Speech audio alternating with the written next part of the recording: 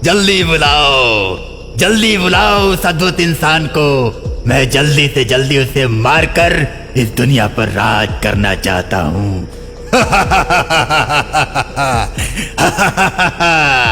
Kenya के लोगों के पुकारते ही आसमान में बिजली कड़कने लगती है, हवाएं तेज तेज चलने लगती हैं।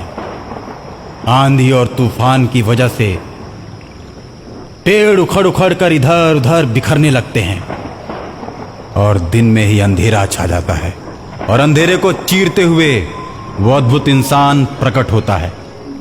और अद्भुत इंसान के प्रकट होते ही कीनिया के लोग उसकी जय जयकार करने लगते हैं। लोगों की जय जयकार सुनकर बैताल समझ जाता है कि अब अद्भुत इंसान आ गया है। अच्छा, तो आ गए तुम। आओ आओ आओ, देखते हैं तुम्हारी कितनी औकात है। देखो भाई, मैं तुमसे लड़ाई करना नहीं चाहता। मैं तो बस यही चाहता हूं कि तुम एक अच्छे बैताल बन जाओ और अच्छे बैताल बनकर इंसानों की मदद करो। देखो, मेरी बात सुनो पहले। मेरी बैताल परंपरा में हम किसी इंसान की मदद नहीं करते, बल्कि उसे अपना गुलाम बनाते हैं। और मैं अपनी परंपरा को तोड़ नहीं सकता। मैं तो तुम्हें मारूंगा। और इतना बोलने के बाद अद्भुत इंसान और बैताल में भयंकर लड़ाई छिड़ जाती है। और थोड़ी लड़ाई के बाद बैताल अद्भुत इंसान को जमीन पर गिरा देता है और खुश हो जाता है। अद्भुत इंसान तुरंत उठकर खड़ा हो जाता है और दोनों में फिर से भयंकर लड़ाई शुरू हो जाती है। अद्भुत इंसान, तुम अब नहीं बच पाओगे। मैं तुम्हें मारकर इस दुनिया पर राज करूंगा। बैताल, मैं तुमसे डरने वाला नहीं हूं।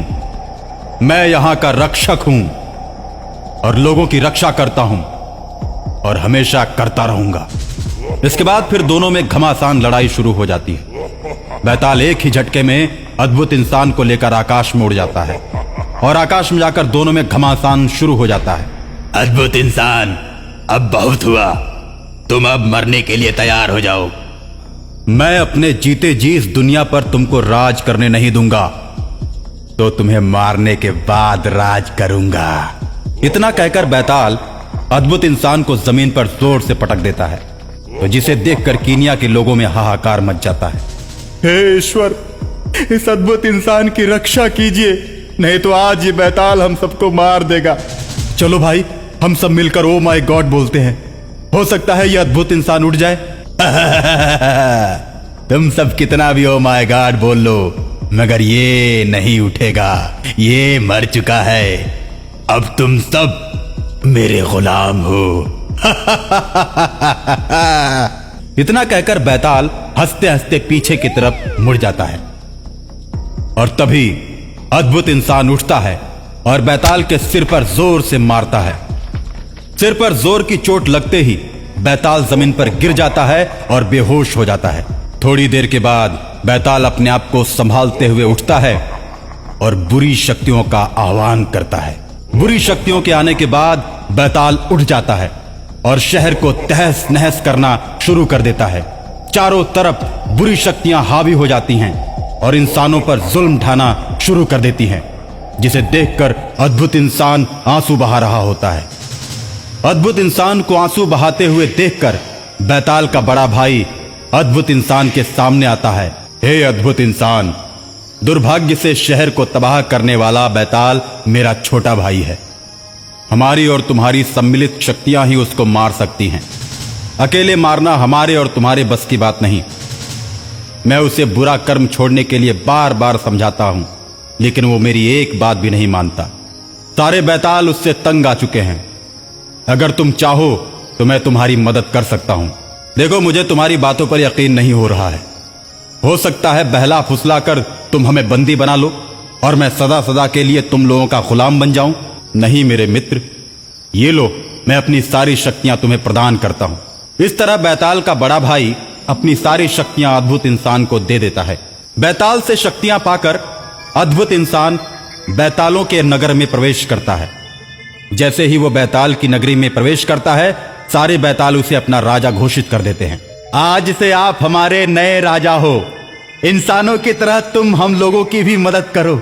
शहर को नष्ट करने वाला खूनी बैताल जब भी हम लोगों के बीच आता है, खूब सताता है और बोलता है कि तुम इंसानों को मारने में मेरी मदद करो, नहीं तो तुम लोगों को भी मैं मार दूंगा।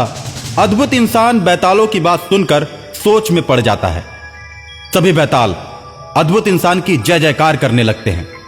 बैतालों की शोर खूनी बैताल के कान तक पहुंचती है, तो वो शहर से प्रस्थान कर जाता है और अपने घर की तरफ आने लगता है और रास्ते में सोचता है, आज जरूर कुछ न कुछ बात है, नहीं तो ये बैताल कभी भी इस तरह शोर नहीं मचाते, हमेशा मुझसे डर के दुबकते रहते हैं। बैताल जब अपने नगर पहुंचता है तो देखता है कि वो अद्भुत इंसान बैतालों के राज सिंहासन पर बैठा हुआ है और बैताल उसके इशारों पर नाच रहे हैं। ऐसा देखकर खूनी बैताल बहुत क्रोधित होता है। तूने मेरा काम और भी आसान कर दिया। यहाँ कोई बैताल वैताल नहीं, ये तो सब मेरा माया जाल है। इतना कहते ही सभी बैताल गायब हो जाते हैं। अब अद्भुत इंसान के सामने सिर्फ खूनी बैताल खड़ा है। तुम फंस गए ना मेरी माया जाल के चक्कर में।